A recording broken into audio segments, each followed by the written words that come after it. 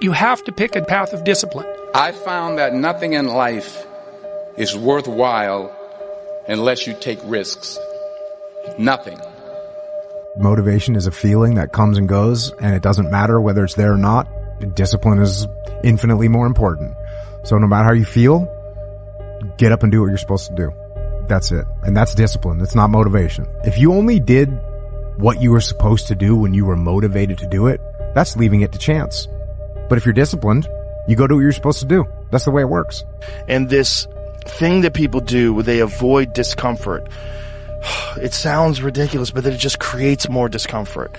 You don't realize that in embracing discomfort and forcing yourself to do something very uncomfortable that you can control, like an ice bath, like a sauna, like a run, like a workout, you are eliminating another form of discomfort. I torture myself physically. I'm always working out. I'm always exhausted. I'm always taking ice baths. I was in the sauna before I got here today. I'm always doing something. Always. I never have a day where there's not some kind of struggle. If I have a day where I just lay around, I'm like, this is weird. Like, it's one of the things that I have to do on vacation. When I get up in the morning, whenever I'm on vacation, the first thing I do is work out. I'm like, I gotta do this, otherwise I'm not gonna be able to enjoy this time off with my family. I gotta get up before everybody else, and I gotta work out hard. Look, when you're a kid, you're all potential. It's chaotic potential. It can manifest itself in any number of ways. And maybe you don't want to give that up. So you're like Peter Pan. You want to be a kid forever because you don't want to give up the potential. And you look out in the world and all you see are Captain Hooks, who've lost a hand, who are chased by death, because that's the clock in the crocodile. It's already got a taste of him. He's terrified by death, and he's a tyrant. Well, I don't want to grow up to be that. So I won't be disciplined at all. Well, that's no good, because the way the potential transforms itself into actuality is through discipline. Our minds are like a fucking garage.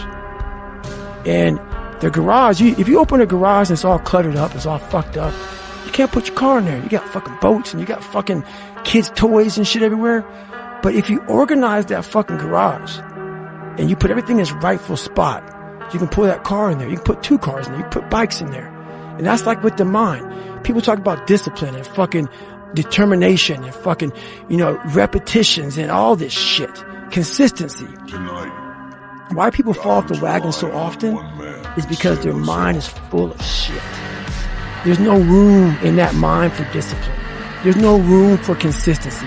They may do it once or twice, but then the mind takes over and that cluttered fucking garage comes in, and then it's like a circuit breaker, man. A circuit breaker just overloads and fucking sparks.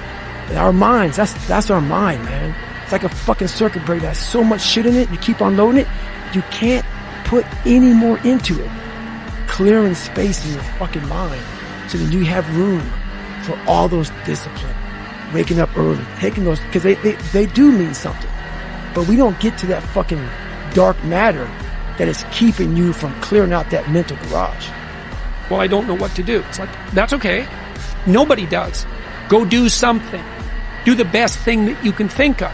Put the best plan you have into practice. It's not going to be perfect, and it will change along the way.